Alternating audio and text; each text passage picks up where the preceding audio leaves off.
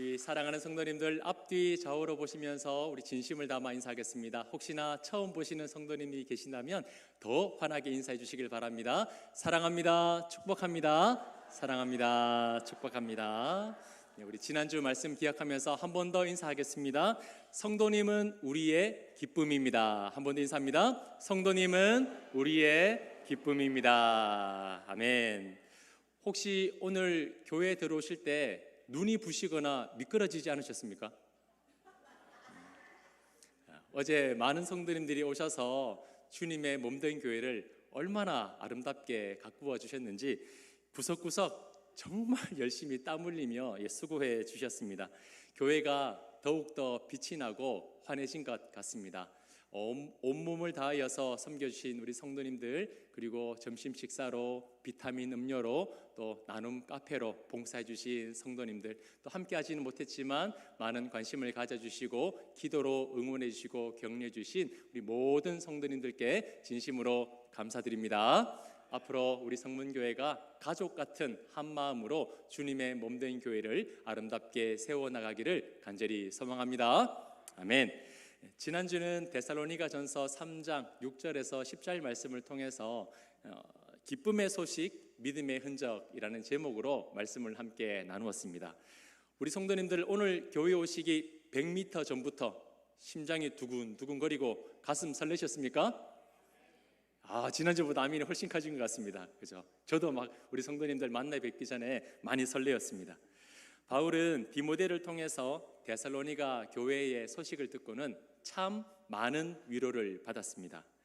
데살로니가 교회는 큰 어려움 가운데서도 굳건하게 믿음을 지키고 있었고, 성도가 성도를 아껴주고 뜨겁게 사랑하는 살아있는 교제가 이루어지고 있었습니다. 바울은 이러한 성도의 교제를 통해서 너무나 기뻐했고 하나님께 감사의 고백을 드릴 수밖에 없었습니다. 바울이 이렇게 기뻐할 수 있었던 이유가 무엇입니까? 성령을 믿사오며 거룩한 공회와 성도가 서로 교통하는 것과, 우리는 성령을 통하여 거룩한 공교회 안에서 거룩한 성도의 교제가 일어나고 있는 줄 믿습니다. 아멘. 진실한 성도의 교제는 하나님께 기쁨이 되고 또한 우리에게도 큰 기쁨이 된다는 것을 말씀을 통해 우리에게 알려주셨습니다.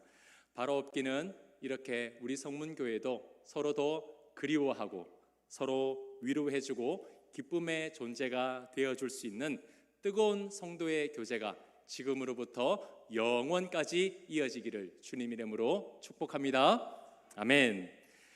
오늘은 제507주년 종교개혁 주일입니다. 하나님께서는 507년 전에 루터라는 한 사람을 들어 쓰심으로 말미암아 진리로부터 멀어져 부패해져가는 하나님의 교회를 다시 새롭게 하시고 잃어버린 복음을 우리에게 돌려주셨습니다. 오늘 말씀을 통해서 종교개혁의 의미와 그리고 하나님께서 교회를 어떻게 회복시키셨는지, 오늘을 살아가고 있는 우리는 회복된 교회와 진리의 말씀을 어떻게 지켜나가야 하는지 말씀을 통해서 함께 은혜 나누는 시간이 되기를 원합니다. 중세 로마 가톨릭 교회에서 가장 중요한 것을 손꼽으라고 한다면 속죄라고 할 수가 있습니다. 죄 용서를 받는 겁니다. 속죄는 신자들이 죄 용서를 받고 그리고 영혼을 정결하게 하는 것으로 그 무엇보다 중요하게 생각했습니다. 그래서 로마 가톨릭 교회는 속죄 받을 수 있는 5가지 방법에 대해서 제정해 놓고 신자들에게 그렇게 하도록 가르쳤습니다. 먼저는 가장 기본적인 것으로 고해성사입니다. 아마 우리 성도님들 많이 아실 겁니다. 자신의 죄를 사제에게 고백하면 사제는 하나님을 대신하여 이 죄를 용서한다고 선언함으로 죄를 속죄 받을 수 있다라고 했습니다. 그리고 두 번째는 예루살렘, 로마, 산티아고와 같은 성지로 순례를 떠나는 것입니다. 위험을 감수하고 머나먼 길을 떠나는 것을 회개로 표현했습니다. 힘든 순례의 길을 회개로 표현함으로 고난의 여정을 통해 속죄 받을 수 있다라고 했습니다. 그리고 세 번째는 금식과 기도입니다. 음식을 절제하고 금욕을 함으로써 죄를 깊이 반성하고 하나님 앞에서 마음을 정결하게 함으로 속죄받을 수 있다고 했습니다. 자, 그리고 네 번째는 자선과 봉사활동입니다. 재산을 포기하거나 물질적인 희생을 통해서 자신의 죄를 대신하도록 했습니다. 그래서 가난한 사람, 병든 사람을 돕거나 교회를 위해서 기부하고 봉사하면 속죄받을 수 있는 겁니다. 자, 그리고 마지막으로 다섯 번째나 면죄부가 있습니다. 자, 면죄부는 죄에 대한 벌, 특히 연옥에서의 형벌을 면해준다는 가톨릭 교회의 제도인데요. 초기에는 고해 성사를 성실하게 이행한 사람에게 발급해준 문서였습니다. 신자가 죄를 지으면 그 고백과 회개를 통해서 용서받을 수 있습니다. 하지만 그 죄에 대한 형벌이 남아 있습니다. 그래서 남아있는 그 형벌을 면제받기 위해서는 속죄가 필요했고, 이 죄의 형벌을 줄여줄 수 있도록 교황청에서 허락한 이 문서를 발행해 줌으로써 죄 용서를 받을 수 있다고 한 것입니다. 자, 로마 가톨릭 교회는 이렇게 다양한 방법으로 속죄를 받을 수 있다고 가르쳤고, 사람들은 죄 용서를 통해 구원에 이르도록 열심히 노력했습니다. 그 가르침에 따라서 성실하게 이행했습니다. 방법을 가리지 않았고요, 수단을 가리지 않았습니다. 우리 성도님들은 이 다섯 가지 방법을 들으시면서 어떤 생각이 드셨습니까? 그래, 저거야 저거 열심히 해야 내가 죄 용서를 받을 수 있어. 저거 성실하게 해야 내가 죄 용서를 받을 수 있어. 이런 생각이 드십니까? 아니면 내가 알고 있는 거하고 너무 다른데? 이런 생각이 드십니까? 아무 생각이 없으십니까? 네, 너무나 다르죠.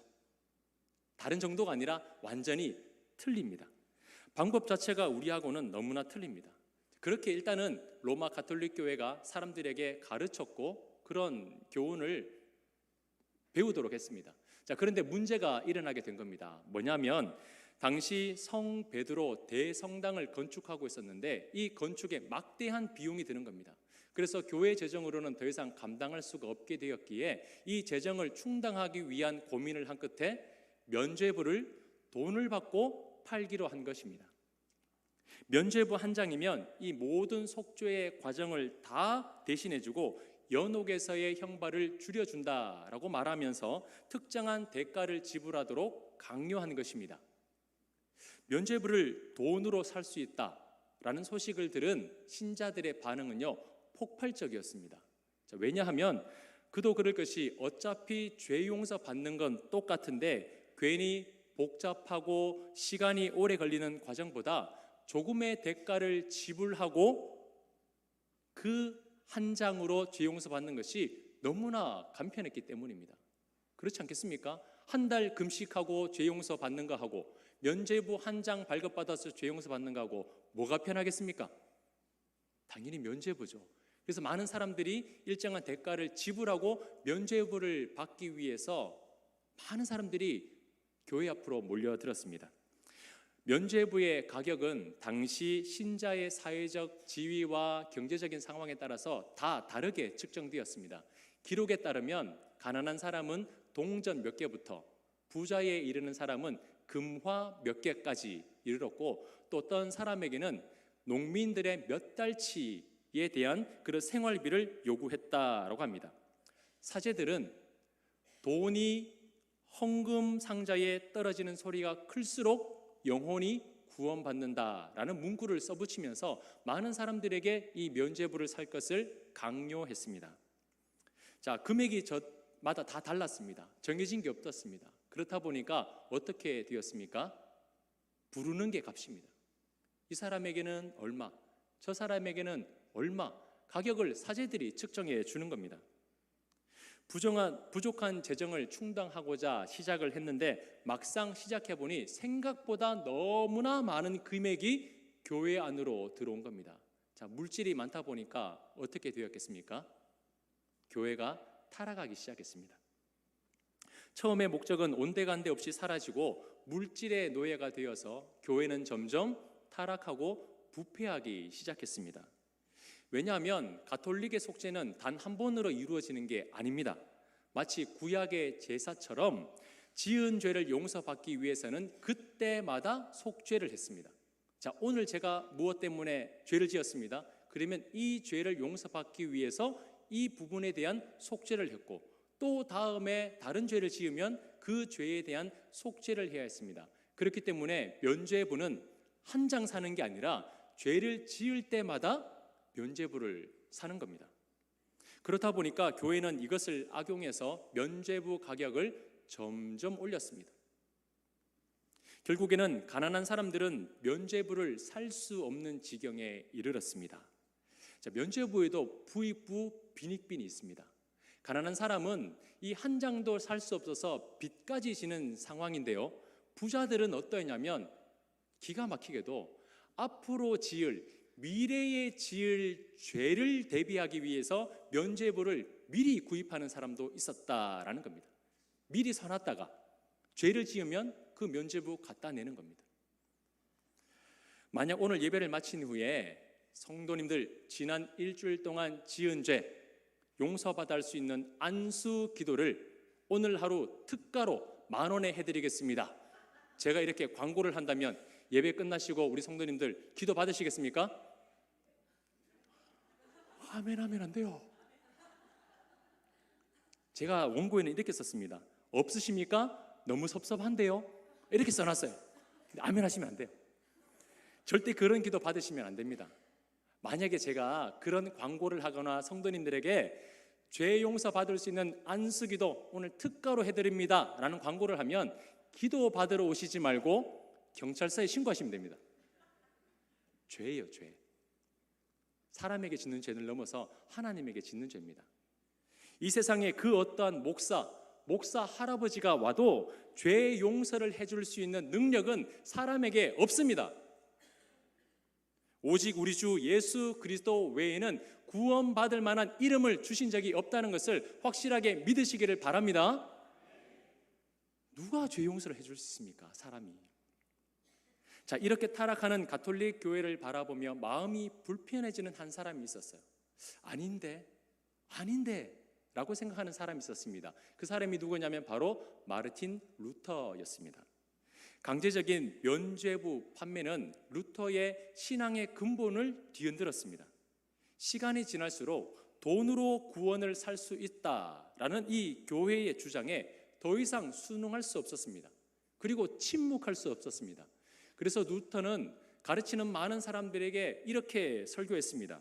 목회자의 양심을 걸고 면죄부 판매는 잘못된 것이다.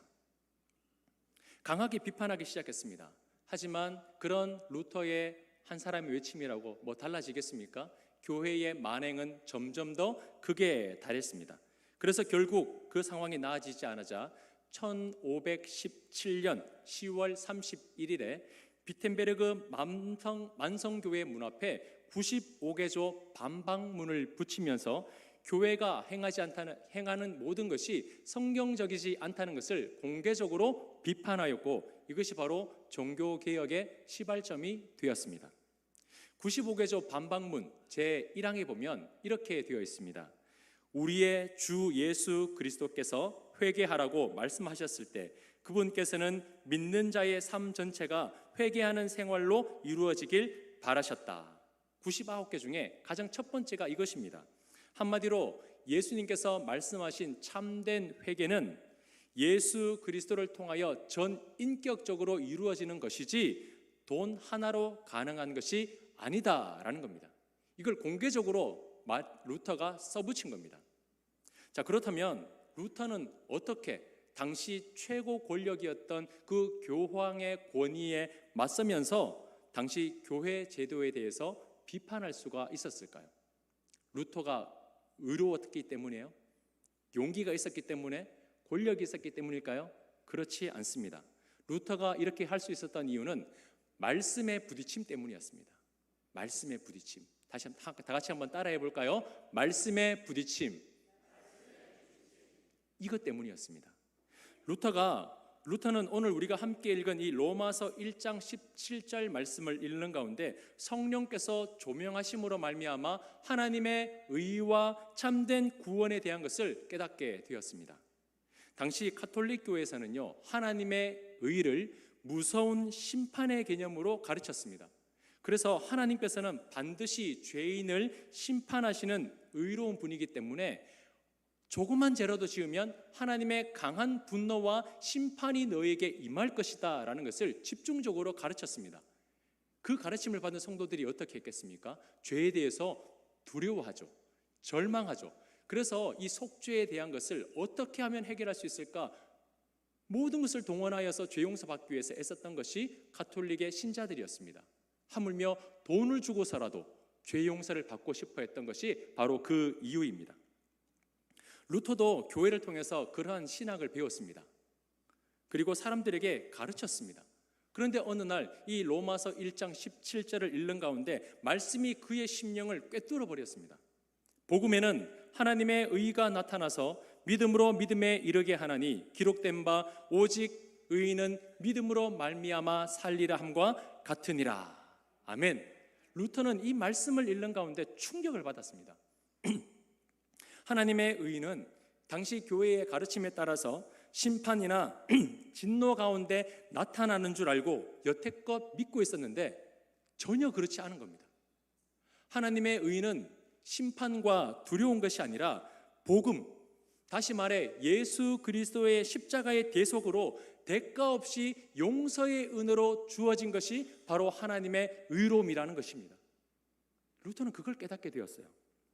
하나님의 의는 어떻게든 죄를 지은 인간을 하나님으로부터 밀어내는 것이 아니라 하나님의 의는 복음을 통하여 부서지고 깨어지고 산산이 조각난 그런 죄인들과 하나님과의 관계를 회복하고자 하는 은혜와 사랑이었다라는 겁니다.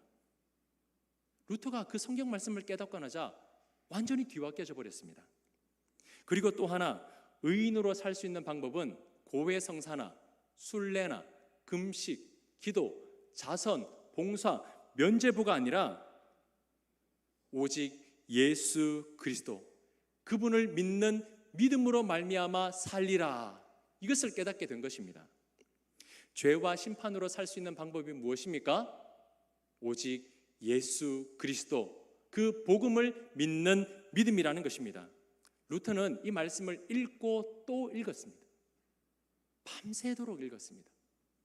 온몸에 전율이 흐르고요, 이 말씀 읽는 가운데 기쁨과 평안이 그의 마음 가운데 찾아왔습니다. 당시 말씀을 읽고 있었던 이 서재가 비텐베르그 대학교 탑 위에 있었기 때문에 루터는 이때의 경험을 탑의 경험이라고 부르면서 이 깨달음이 자신의 삶을 완전히 뒤바꿔 버렸다라고 고백했습니다. 탑의 경험. 루터는 참된 구원의 진리를 발견한 이후로 오직 말씀에 비추어서 교회를 들여다보기 시작했습니다. 그 이전까지는 들은 것, 배운 것으로 교회를 받고 성도들에게 가르쳤습니다.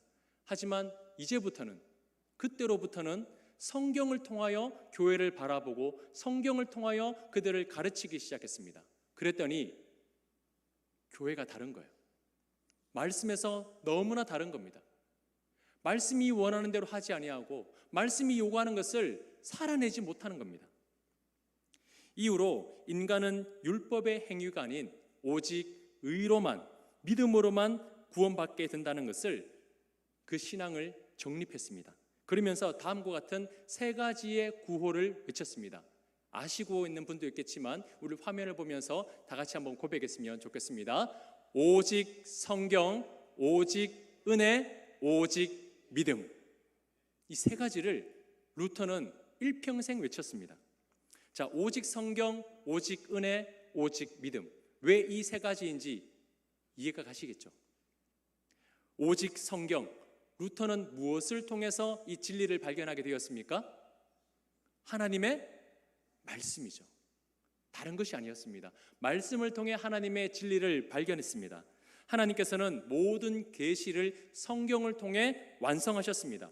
그렇기 때문에 오직 성경을 통해서만이 구원을 깨달을 수가 있으며 말씀을 통해서만이 무한하신 십자가의 은혜를 알 수 있게 되는 겁니다. 자, 그리고요, 오직 은혜. 하나님의 의는 무서운 심판과 분노로 나타나 많은 사람들을 두렵게 하고 떨리게 하는 것이 아니라 어떠한 대가로 주어지지 아니하고 은혜로 사랑으로 말미암아 우리에게 값없이 선물로 주어졌다는 것입니다. 그리고 오직 믿음, 인간은 행위가 아니라 오직 믿음으로 말미암아 구원을 받습니다. 이 세 가지. 그래서 바울은 17절에 이렇게 우리에게 가르침을 주고 있습니다. 17절에는 아주 중요한 진리가 기록되어 있는데요, 상반절만 다시 보겠습니다. 복음에는 하나님의 의가 나타나서 믿음으로 믿음에 이르게 하나니. 아멘. 믿음으로 믿음에 이르게 한다. 이것이 어떤 의미일까요? 자, 첫 번째 말씀하는 믿음으로라는 것은 우리가 무엇을 믿느냐 하는 겁니다. 우리 성도님들 무엇을 믿으십니까? 네, 감사합니다. 잘 대답해 주셨습니다. 무엇을 믿느냐? 크게 어렵게 생각하실 것 없습니다. 우리가 매 예배 때마다 무엇을 고백합니까? 사도신경을 고백하죠. 사도신경을 통하여 우리의 신앙을 고백하는데, 이 사도신경에는 네 가지의 믿음에 대한 고백이 나옵니다. 믿습니다, 믿습니다, 믿습니다, 믿습니다. 자, 첫 번째로 무엇을 믿습니까? 전능하사 천지를 만드신 하나님 아버지를 믿습니다. 자, 두 번째 무엇을 믿습니까? 그 외아들 우리 주 예수 그리스도를 믿습니다. 세 번째 무엇을 믿습니까? 밑으로 내려가면요, 이제 한 분 남았잖아요. 누구를 믿습니까? 그렇죠, 성령을 믿습니다. 그리고 마지막 네 번째 무엇을 믿습니까? 또 처음부터 쭉 외우시는 분, 가장 마지막에 무엇을 믿습니까? 영원히 사는 것을 믿습니다. 사도신경은 주문이 아닙니다. 예배의 시작을 알리는 주문이 아니라 우리의 신앙을 고백하는 겁니다. 이 네 가지의 믿음, 하나님 아버지를 믿고 그의 외아들 독생자 예수 그리스도를 믿고 성령을 믿음으로 말미암아 우리는 죄 가운데 영원한 심판을 받는 것이 아니라 다시 부활하여 영생을 하게 될 것을 믿는다는 이 고백, 사랑하는 성도님들 믿으십니까? 첫 번째 믿음으로라는 것은 바로 이것을 믿는 겁니다. 하나님이 누구시며 예수님이 누구시며 성령님이 누구신지, 삼위 하나님이 어떤 분이신지를 믿는 것이고, 그분을 통하여 우리가 어떠한 결과를 얻게 될 것인가, 이것을 믿는 것이 바로 첫 번째 믿음으로라는 겁니다. 그래서 제가 누차 말씀드리지만 믿음이 약해서요 라는 고백은 성경적이지 않습니다. 성경에는 그 어디요 믿음이 약하다 강하다라는 표현은 그렇게 되어 있지만 우리가 사용하는 것처럼 그런 믿음의 약함과 강함은 성경적이지 않습니다. 왜냐하면 믿음은 내 감정, 내 행위가 아니기 때문이에요. 우리가 믿는다는 것은 무엇을 믿느냐는 신앙의 고백입니다. 만약에 우리 성도님들이 믿음이 약해서요 라는 것은 하나님이 계시기도 하는 것 같고 안 계시는 것 같기도 하고, 예수님이 십자가에서 죽으신 것 같기도 하고 안 죽으신 것 같기도 하고, 그런 말이에요. 근데 제가 묻습니다. 예수님 믿으세요? 아이고 목사님 믿다 마다요, 나는 예수님 믿습니다 라고 확실하게 고백을 하세요. 그런데 왜 믿음이 약하다라는 표현을 쓰세요? 그런 표현은 성경적이지 않아요. 약하다라는 것은 나를 믿는 거예요. 내 감정을 믿는 겁니다. 근데 우리 그리스도인들에게 있어서 믿음은 내 감정을 믿는 게 아니라 꼭 기억하시길 바랍니다. 하나님과 예수님과 성령님, 삼위 하나님이 무엇을 하셨는지를 믿고 그분을 통하여 우리는 영원한 영생을 하게 된다는 것, 그 사실을 믿는다는 것이 우리의 믿음이라는 것을 꼭 기억하시길 바랍니다. 자, 그러면 그 첫 번째 믿음으로 말미암아 두 번째 어떻게 됩니까? 믿음에 이르게 하나니.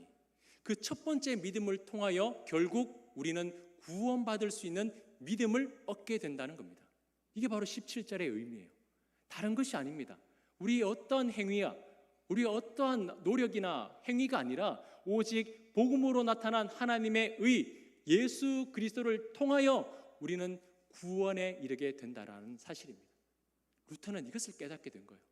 그래서 당시 교회와 정면전으로 맞서서 이 참된 말씀을 고백하고 있는 겁니다. 그래서 바울은 온전한 믿음을 가질 것을 목이 터져라 외쳤습니다. 당시 사람들이, 유대인들이 전파하고 있는 그 거짓 가르침에 맞서서 아니다, 아니다, 오직 주 예수 그리스도를 통해서만이 구원받을 수 있습니다. 교회마다 찾아다니면서, 광야에 걸어다니면서 목이 터져라 외쳤습니다. 또한 루터도 그랬습니다. 죽음을 무릅쓰고 로마 교회와 정면으로 맞서 싸웠습니다. 왜일까요? 죽고 사는 문제이기 때문입니다. 한 번 양보할 수도 있습니다. 그래요? 그러면 나 혼자 믿고 교회는 그렇게 하세요, 할 수 있습니다. 하지만 수많은 영혼들의 생명이 달린 일이기 때문에 루터는 가만히 앉아 있을 수가 없었습니다. 그래서 로마 교회의 정면을 선포합니다. 붙이면서, 선포하면서 이건 잘못된 것이라고 목숨 걸고 외쳤습니다. 죽음의 두려움과 구원의 은혜의 가치를 아는 사람은 복음을 위해 목숨을 거는 겁니다. 절대 양보하지 않습니다. 목숨 걸고 복음을 지켜냅니다. 그렇기에 바울은 16절에 이렇게 고백을 하고 있습니다. 우리 1장 16절을 다 같이 화면을 보면서 한 목소리로 고백하겠습니다. 내가 복음을 부끄러워하지 아니하노니 이 복음은 모든 믿는 자에게 구원을 주시는 하나님의 능력이 됨이라. 먼저는 유대인에게요 그리고 헬라인에게로다. 아멘. 나는 복음을 자랑스럽게 선포할 수 있습니다. 왜냐하면 이 복음은 유대인을 비롯하여 모든 헬라인에 이르기까지 하나님을 신뢰하고 믿는 사람이라면 누구나 구원할 수 있는 엄청난 소식이기 때문입니다. 바울은 그렇게 고백했습니다. 바울은 죄인 중에 괴수와 같았던 자신에게 찾아오셔서 생명의 복음을 전해주신 이 하나님의 의가 얼마나 위대하며 얼마나 놀라운지를 지금 찬양하고 있습니다. 직접 체험했기 때문에 주저하지 아니하고 로마에 있는 성도들과 모든 사람들에게 이 말씀을 통하여 선포하고 있는 것입니다. 요즘 바울과 루터와 같이 이 복음을 자랑하는 한 사람이 회자되고 있습니다. 누구냐면 바로 제10대 국가인권위원장으로 재임하고 있는 안창호 위원장입니다. 아마 들어보신 분도 있고 처음 들어보는 분도 계실 텐데 저도 얼마 전에 알게 되었습니다. 이분은 과거 헌법대법관으로 재임하던 시절 인천의 한 크리스천 학교에서 이렇게 강의를 했습니다. 진화론은 하나의 가설에 불과할 뿐 가능성은 제로라고 단언하기 때문에 배울 필요가 없습니다. 그러면서 여러분들이 가지고 있는 그 조그만 지식에 의해서 하나님의 말씀을 의지하는 것이 아니라 목사님, 장로님들 이런 분들의 신앙을 잘 본받으면서 신앙을 하나님 앞에서 돈독히 가지십시오 라고 조언했습니다. 네, 예상하셨듯이 이분은 분당에 있는 한 장로교회의 장로님입니다. 그럼 이렇게 생각할 수 있습니다. 아이고, 장로님이기 때문에, 크리스천이기 때문에 기독교 학교에서 누구나 그렇게 간증하는 것 당연한 것 아닙니까? 라고 생각할 수 있습니다. 자, 그러면 성도님들 이렇게 한번 생각해 보시죠. 인사청문회에서 나는 그리스도인이라고 당당하게 밝히는 사람이 누가 있었습니까? 인사청문회가 어떤 자리예요? 날카롭게 비판하고 뭐 하나 책만 잡혀도 그 사람 떨어뜨리는 그런 장소 아닙니까? 그런데 이 안창호 지금 위원장이 되셨죠. 그 당시에 후보자가 올랐을 때의 인사청문회에서 그는 그의 신앙심을 만인 앞에서 드러냈습니다. 종교 편향이라고 압박하는 의원들의 질문에서 이 위원장님이 이렇게 이야기했어요. 학교에서 진화론을 가르친다면 동시에 창조도 가르쳐야 합니다. 한 의원이 말합니다. 거기에서 말하는 창조가 무엇입니까? 물었습니다. 그때 이 위원장님이 이렇게 이야기했습니다. 하나님께서 천지를 창조하셨다는 그 말입니다. 진화론에 대한 과학적 증명은 나는 없다고 생각합니다. 창조론도 진화론도 믿음의 문제입니다.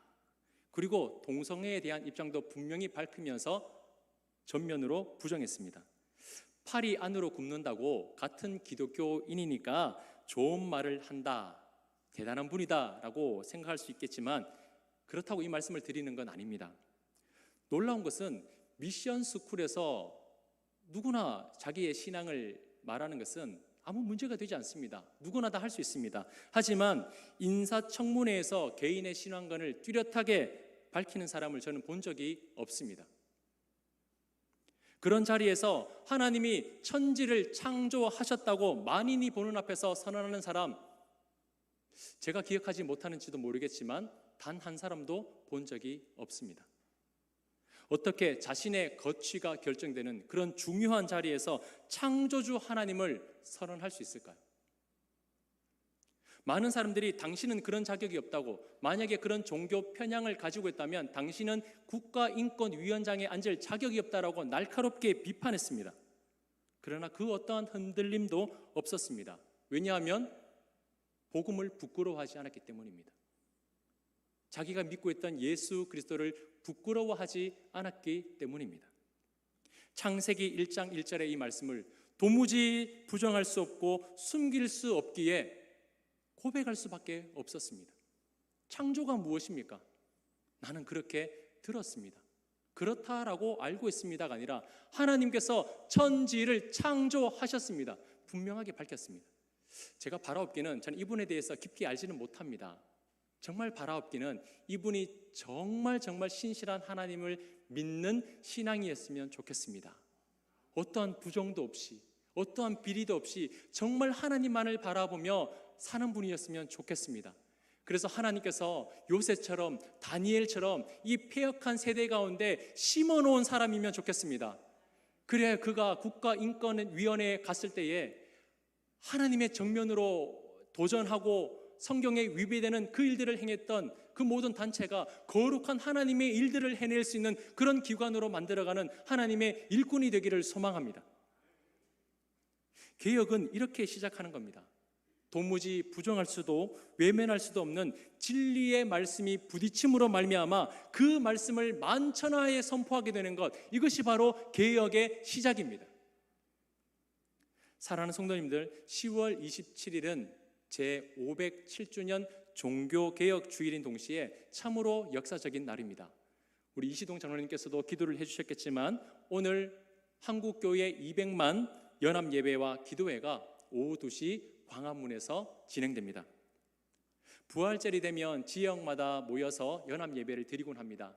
그리고 교회에 큰 일이 있으면 소수의 인원이 모여서 집회를 하기도 합니다. 하지만 한국교회가 이렇게 대대적으로 모이는 것은 1973년 빌리 그레엄 100만 대집회 이후 수십 년 만에 처음 있는 일인 것 같습니다.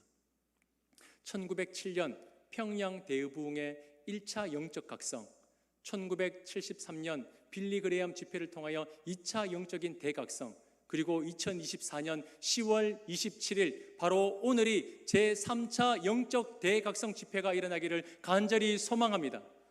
그리하여 이 나라 가운데에 하나님을 정면적으로 도전하고 하나님의 말씀에 위배되는 그 모든 것들이 다시 한 번 더 하나님의 은혜로 말미암아 새롭게 되는 그런 개혁의 날이 되기를 간절히 소망합니다. 다른 교회에서는 차를 맞추기도 하고 가는 분들이 있는데 저희 교회는 차를 준비하지 못했습니다. 아마 개인적으로 가시는 분들 있을 것이고 가지 못하시는 분들은 또 우리 예배 가운데 함께 기도하겠지만 어느 자리에서든지 오늘 이 날을 기억하고 이 나라와 민족을 위해서 다시 회개하며 울부짖는 개혁의 역사가 일어나길 간절히 소망합니다. 그 개혁의 역사는요, 누가 하는 것이 아닙니다. 누가 시작하면 따라가는 것이 아닙니다. 우리 성도 한 사람 한 사람이 말씀에 부딪힘으로 말미암아 주시는 그 말씀 참아내지 못하여 만천하의 나의 신앙을 고백하고 복음을 자랑하게 되는 것, 이것이 바로 개혁의 시작인 줄 믿습니다. 바라옵기는 사랑하는 우리 모든 성문교회 성도님들이 한 말씀 한 말씀 주실 때에 그 말씀을 가슴에 품고 그 말씀대로 살아냄으로 말미암아 진리가 흐려져가는 이 시대 가운데 아니다, 살아계신 예수 그리스도를 통하여 우리는 구원받는다, 이 말씀이 진리의 말씀이라고 온 세상 가운데 전파할 수 있는 믿음의 증거자들이 되시기를 주님의 이름으로 축원합니다.